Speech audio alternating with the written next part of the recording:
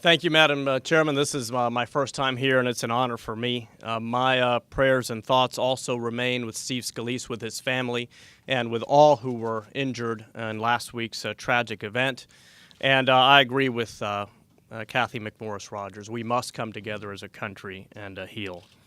I want to thank Leader McCarthy and Speaker Ryan for bringing my bipartisan bill, the Accelerating Individuals into the Workforce Act, to the floor this week. I also want to thank Chairman Brady and Ranking Member Neal for their support in the committee, and my Democratic colleague, Congressman Davis, for being my partner in this legislation.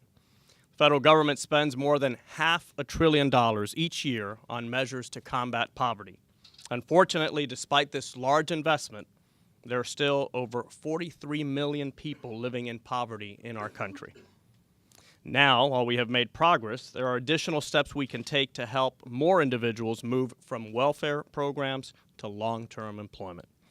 So this week, the House of Representatives is doing its part to make sure we are empowering Americans who are struggling to find work and improve their lives. H.R. 2842, the Accelerating Individuals into the Workforce Act, bridges the gap between low-income Americans looking for work and employers who want and need to fill jobs.